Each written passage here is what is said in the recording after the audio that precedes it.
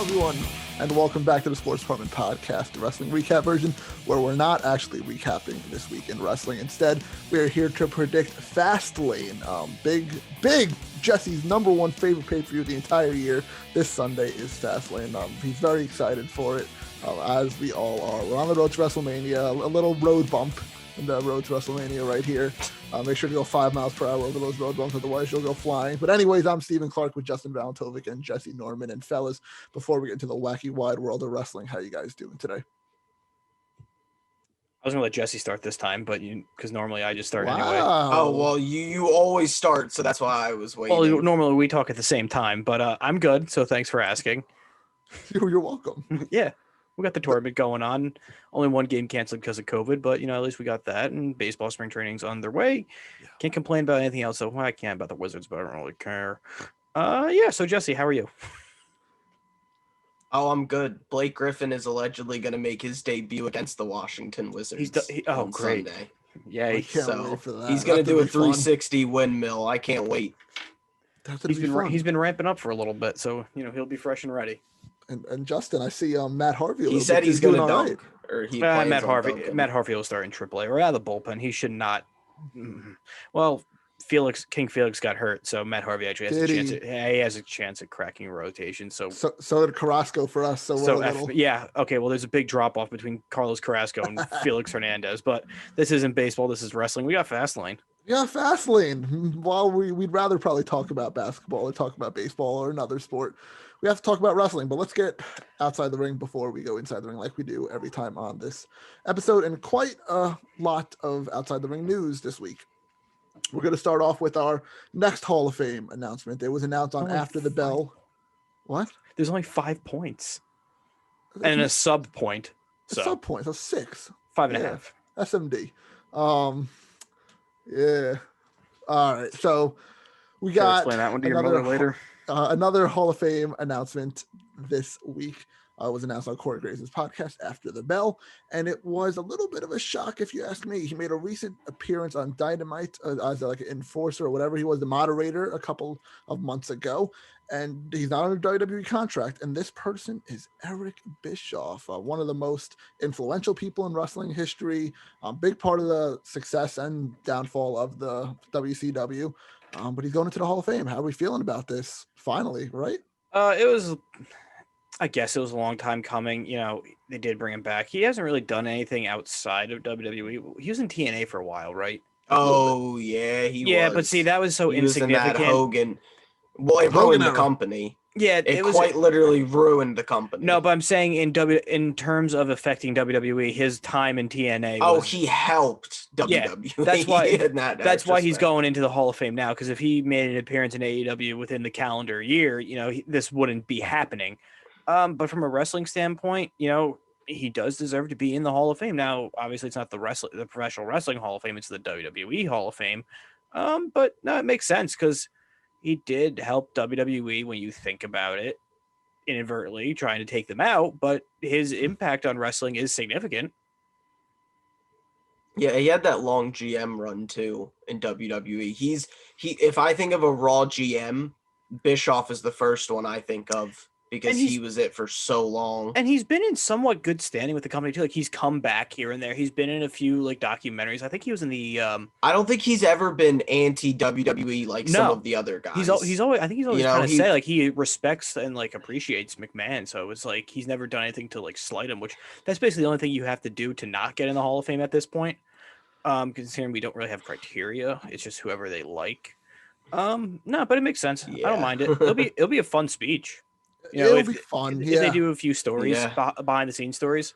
Yeah, and I saw a thing online too that and the NWO was 2020's induction, and they're going in this year as well. He's not going to be a part of that one, so it's just him. He created it. But no, I'm excited for this. They have to do something though. I feel like with the Hall of Fame in a way, they need a criteria, like you said. They need a physical building. They got to stop calling it the WWE Hall of Fame. Oh no, it'll always be the WWE Hall of Fame, even though they've started to expand. They can't drop the WWE. They can't drop the WWE because everybody's going to say a million people that should be New Japan, Ring of Honor. There'll be like 40 New Japan. Yeah. It'll open it up too much. But they've slowly opened the door to like when you think about WWE people, they've opened the door to non-WWE people. Sting, Goldberg. Sting's the one for me. Everybody, but they also all two matches in WWE. The WWE. Well, that's the thing. But he did sign the contract. That's true. That's the thing. He did come back. That is true. I mean, at this point, then with Bischoff after Dixie Carter ran that company, and with Bischoff Sting getting finally in, did come. It's only a matter of time till Heyman gets in at this rate. Then deserving because this kind of open. Heyman. Because did Teddy Long go in? Teddy Long went in, right? Teddy Long's in. Teddy Long went in, I think, last year or 2 years ago. They're kind of slowly where you see the phases of like the type of people they put in where it's like, all right, they hit the criteria for the women's wrestler, now the general manager sort of thing. So they're slowly kind of building like what you expect each year now. Yeah, and I'm still going with my point. Is Vicky Guerrero in yet? She'll never be in. No. She's in AEW. She might in a couple of years. Oh, yeah, she's in AEW now. Yeah. No, I don't think I'll hold any ill will towards her for that. No. Didn't they fire her, though? Paid. Like, right after she did something? Yeah. I don't know. But anyways, I'm still sticking with my thing that there's not going to be a first ballot this year just because they have to do 2 classes. But congrats to Erc BIshoff. That's a great accomplishment. Who was the headliner last year? I don't remember. Well, they didn't have it last year. It's going to be this year. And it was supposed to be Batista. That's right. Yeah, Batista / NWO. He was supposed to do his. It was like a double headliner in a way, and that would have been awesome. But now we're probably just gonna get it on like Zoom. Or something. I know it's been the one year we haven't had. Nah, they'll probably set it up in the Thunderdome. That too. You're right. Yeah, and just have them talk to. They'll probably put like the wrestlers around the ring, and then it just won't be fans, which is fine because they don't. Who cares? Perfectly fine. Hall of fans are boring. I've been to 2 of them myself. Like I don't mind it. It's fun. It's better to watch on TV. What was the one year where they let the Freebirds, I think, just talk for 6 hours? That one and Mr. T. Yeah.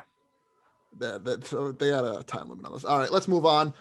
Announced on Twitter today, yesterday, if people are watching this on Sunday, that Rhea Ripley's making her Raw debut, and I kind of feel like this came out of nowhere. Like it was like they're leading up to it. They're trying to build towards. I kind of feel like they were building toward it to be on the night after WrestleMania at this point.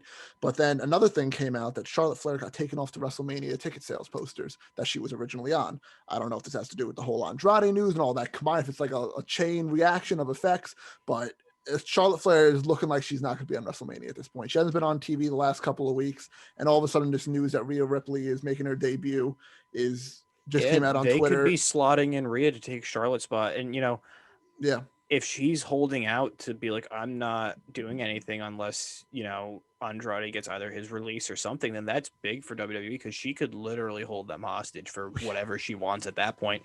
Because if she threatens to leave and go to like AEW, that would be cataclysmic to a point for WWE. They take a hit. Do we blame her? No. Do we blame her at all? No, right? No. Like they're being like jerks about it, not giving him his release. This has been like the one person they haven't granted the release right when they've asked for it. No, they didn't give the Revival their release initially, but they eventually did though. But this is of recent time. They let their contracts. Contracts. Yeah. Luke Harper too. Luke Harper, they extended his contract, and I think the reason they why made him wait longer. And the reason is because I think we can't say WWE is nice to the talent and releases them when they do because they've only given it to Goldust. Well, and the reason why they haven't the reason why they haven't given it to him is because they immediately see him going over to AEW and they want to prevent that as long as humanly possible. Yeah, and I think that's a joke because if you're not using his talent and you know that he is talented, I mean, come on. Yeah, it's stupid. I think it's interesting Charlotte's been taken out of the media graphics because we've all speculated it was going to be Charlotte and Asuka again at Mania. They even had a thing a couple weeks ago where Charlotte was supposed to challenge her. So yeah, and they don't want Andrade to go to AEW. And that's what it just the comes to. Subtle news of like Rhea, like they announced it on Twitter, kind of like building towards Monday Night Raw. It's like they're already starting that build towards Rhea and Asuka. It feels like just like not having her surprisingly show up one night. I know the video packages air every Monday, but like not just having her just show up on Raw ahead, announcing it, trying to get the idea of what they're gonna do with Rhea. Like I feel like they're like trying to plant the seeds in our minds and like they're gonna do something with Rhea before WrestleMania now. I feel like she's gonna, but I think she's gonna come in. Probably get the Asuka match, and I think she'll probably win. Ooh. I think that's the best way to put her over, is just have her win at Mania and beat Asuka. That's honestly the way to build somebody. Like it's not ideal to have somebody come in right away and win the title, but like that's nice. That's a great rocket. That's how you expedite the process for sure. Considering, last year she came up short against Charlotte and lost. Yeah. This is her way of getting her redemption and, stamping herself as a top person in the women's division all in one shot. And especially if Charlotte's going to go on strike, which might seem to be the case. No rumors on that yet, but it's like seeming to be that case. You need some more women in that women's division right there. You need a change of something. So Rhea's perfect. Yeah, because Becky's not going to be back. I think we all know that. Becky's not back. Couple months, Ronda's definitely not back, or it might never come back. Yeah. So you really only have Asuka, and then obviously Sasha and Bianca's great, but you don't have anything for Raw otherwise. So you need Rhea. Yeah, no, I 100% agree with that. And that leads to our next point, which we don't really have to touch on too much, that we kind of just touched on the last one. That just Andrade confirmed his release. It was confirmed official that he actually did it. Hopefully he gets his release, because I think I like that, because everybody was going to say like, oh no, this is just speculation. Puts it to bed. Yeah, he's like, no, I'm not happy here. They're not using me. I did ask for my release. Yeah. They're not giving it to me. Yeah. Give me what, insert Batista's yelling, give me what I want. Yeah. But no, that's good for him, honestly. Like, I have no complaints about that, him announcing it like that. I think that's very smart of him. Like you said, Jess, you said the words perfectly. Like, they stopped the speculation, stopped all the dirt sheets from trying to continue the speculation on him or the company. And we'll see where it goes from here with him, Charlotte, Rhea, the whole situation. A lot to unfold before we get to April 4th or whatever that WrestleMania is. Last two little tidbits. Another breaking news thing that happened on Twitter this week is that we have a couple of hosts for WrestleMania. We got ambassador for WWE, a great role model, guy who does a lot of backstage work and community work. We have Titus O'Neil and Hulk Hogan. These are our hosts. It's an odd pairing. If you know why, I don't have to go into reasons. But that's the host. Hogan's hosted Mania before, sort of. Like, he's made an appearance. Hogan hosted 30. And said they were in the wrong arena. Yeah. I don't know. I don't really care for Hogan. Like, he's well past our generation. Like, we don't care. I don't care for him. At least I can't speak for you guys. I'm pretty sure you don't care either. It does nothing for me, quite frankly. It's just a name at this point. And, because it's on Peacock and WrestleMania will be on Peacock, old people will be like, oh, I have Comcast. Oh, Hogan's going to be there. Let me tune in. That's basically what that is. The pairing, yeah, we know the history of why Hogan got, exiled from WWE, rightfully so, and then eventually slowly brought back. Kind of. I expect this from WWE, honestly. Yeah. Everybody, please forget that Hulk Hogan said racist stuff. That's what WWE's saying. Look, we'll put him with a person of color. Look, everything. They're gonna be good friends. They're all friends. Hulk Hogan didn't do anything bad. That's the hope WWE's going. When he did something I personally, Justin, you said that you don't care about Hulk Hogan. I hate Hogan. I hate when he's on TV. I can't stand it. He's a babbling old fool at this point. Like, he's Flair levels. Yeah. Like he's so like dementia ridden at this point that it's like he seems like he's drunk all the time. He never knows where he is. Also, he said all that racist stuff. That's the only part I don't like about the whole thing. Well, there's another WWE Hall of Famer that said a lot of racist stuff that's still in the Hall of Fame. So, yeah. Why can't I think of who you're trying to... Just left an important office. Donald Trump. Oh, yeah.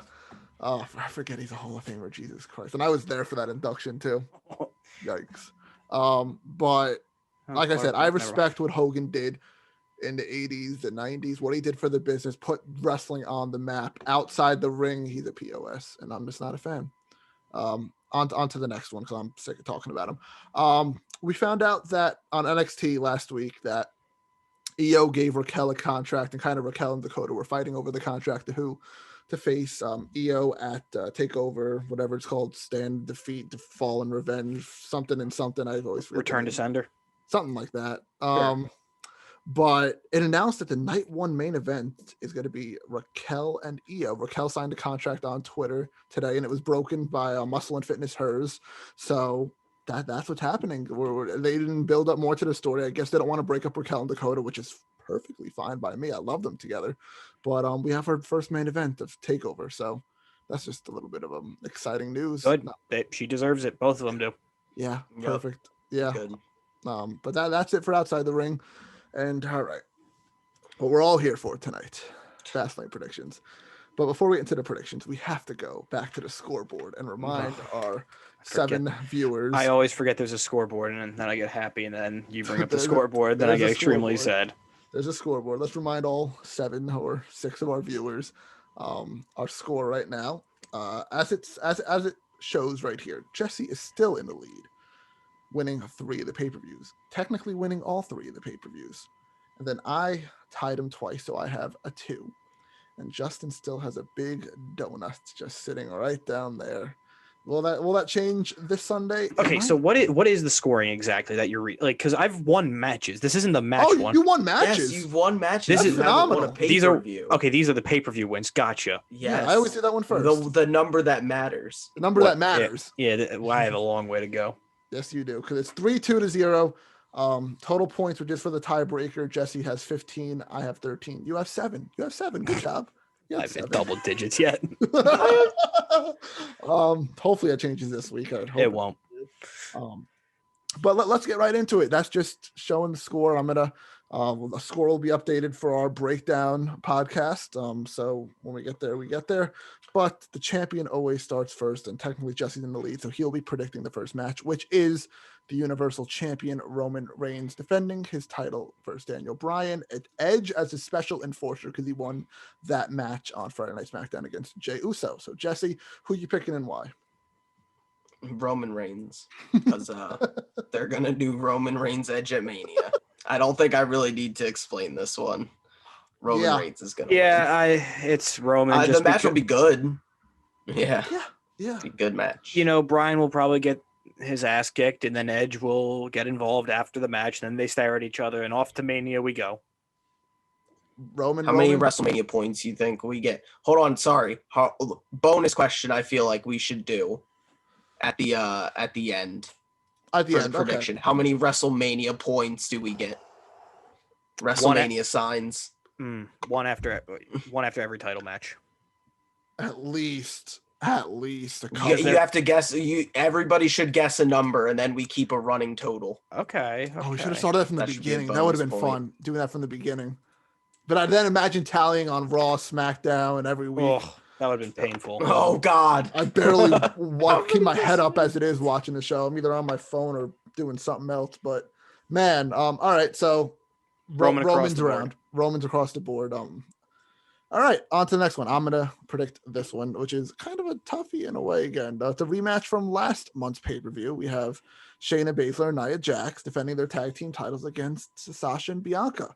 They're going for round 2. This is round 2, and I'm gonna stick with my same pick as I picked last month again. They could be pulling the Cena Michaels thing that we talked about last time, but I'm gonna go with Shayna and Nia to retain again, just to get another match on that Mania card, because they have to fill up 2 nights somehow. So that's my pick. I agree. I think Shayna and Nia, they can't give the belts to Sasha and Bianca because then they're losing a match on Mania. And also the women of NXT just got a tag team championship. So if they cared enough about the women's tag team championships to keep them on the main roster, they need to at least have a Mania match. And they have had a Mania match the past 2 years. So normally Jesse brings up a lot of good points, and I should listen to him. Normally, this is why you have 7. And I'm going similar to what Clark did and sticking with his original point and pick from whenever this match last was. So that's what I'm doing. I'm going with Banks and Bianca because they're going to show off the newly minted women's NXT tag team belts instead. And we know they don't care about these belts. So they're going to try to care at least about the NXT belts. Maybe.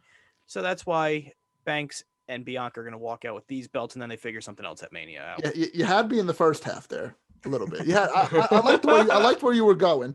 And then when you talked about Vince caring about NXT belts, you lost me. Yeah, Vince doesn't watch NXT.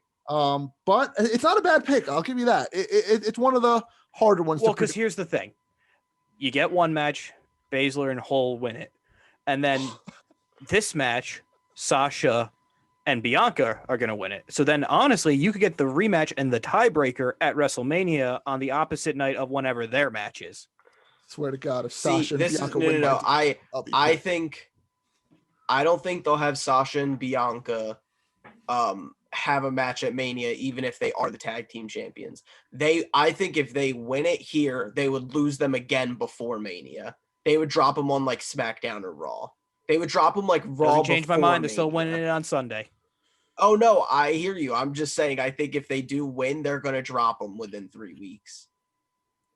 Well, okay. Yep. All right. So this is now Justin's first pick. We have this one might be the toughest one of the night. Actually, we have Intercontinental Champion Big E defending his title against Apollo Crews. Justin, your pick and why?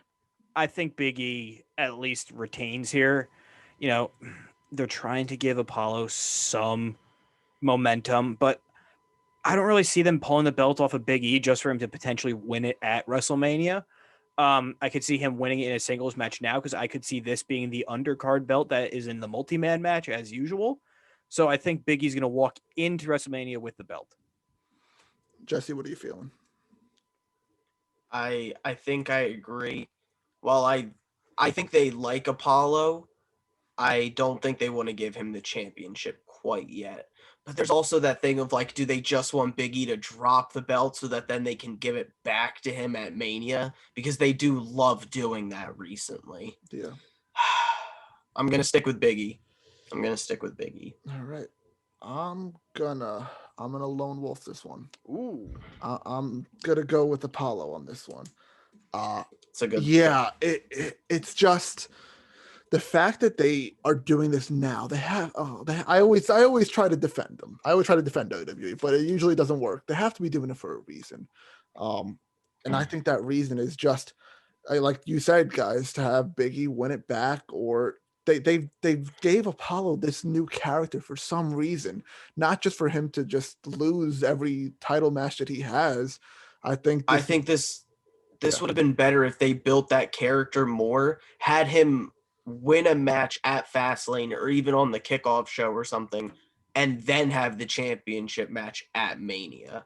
Instead of, like, this is his first pay-per-view since even rebranding. Yeah. So it's like, oh, you think he should win, but also this is, again, his first match since the rebrand on That's the true. pay-per-view. So, and if you want the rebrand to be strong, and you wanted to build him to be this top mid-carder, but my perfect way to do it is giving him that title. And if they run a rematch at Mania, that's fine. You got 2 nights to fill. If you want to run a multi-man match with Owen, Zayn, Corbin, all those guys too, that's fine too. But then again, it could be Big E winning and then everyone just challenging him for the title too at Mania in the multi-man match.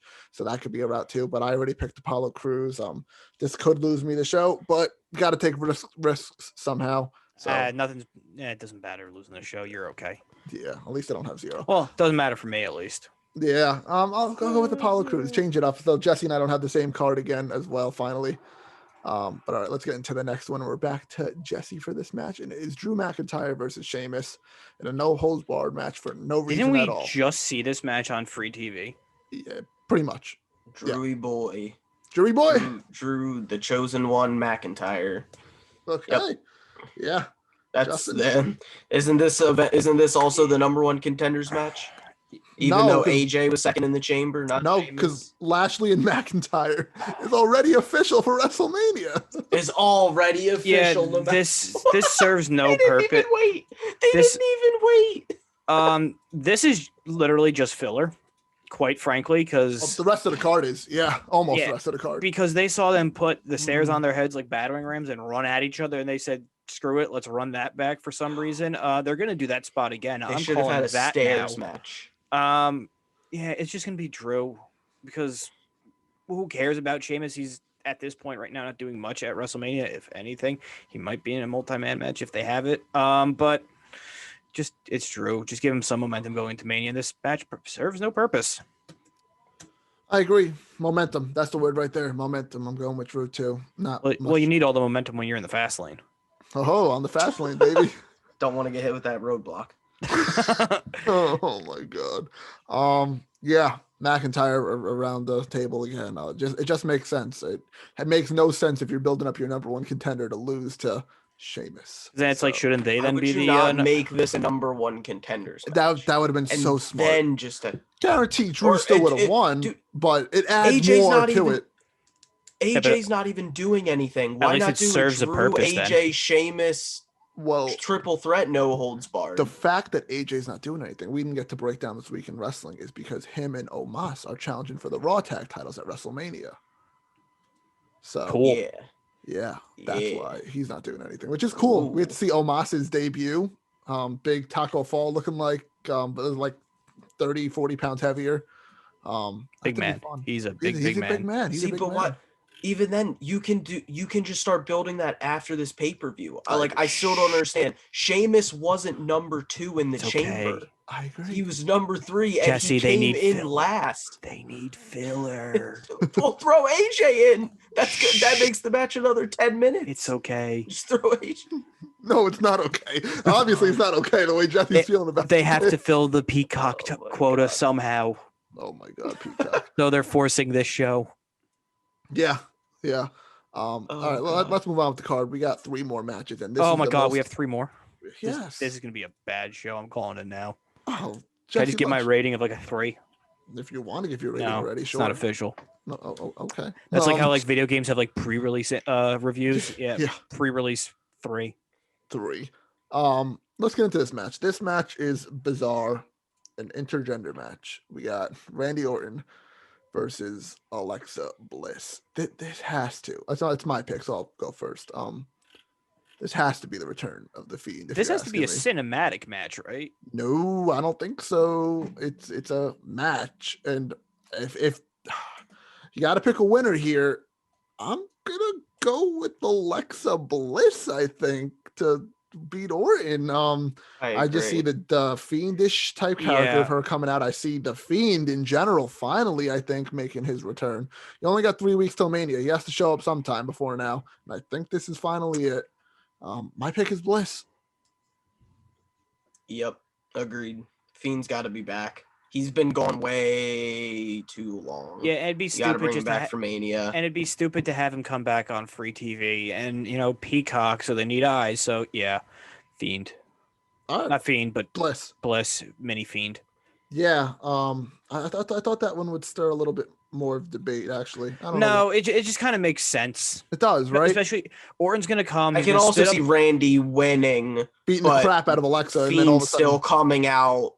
Yeah, Fiend comes out or something like that. Yeah, something like that. But or beats the crap out of Alexa, pins her, and then she No, he's gonna get some offense in, and then he'll spit up the black goo, and then here comes Fiend.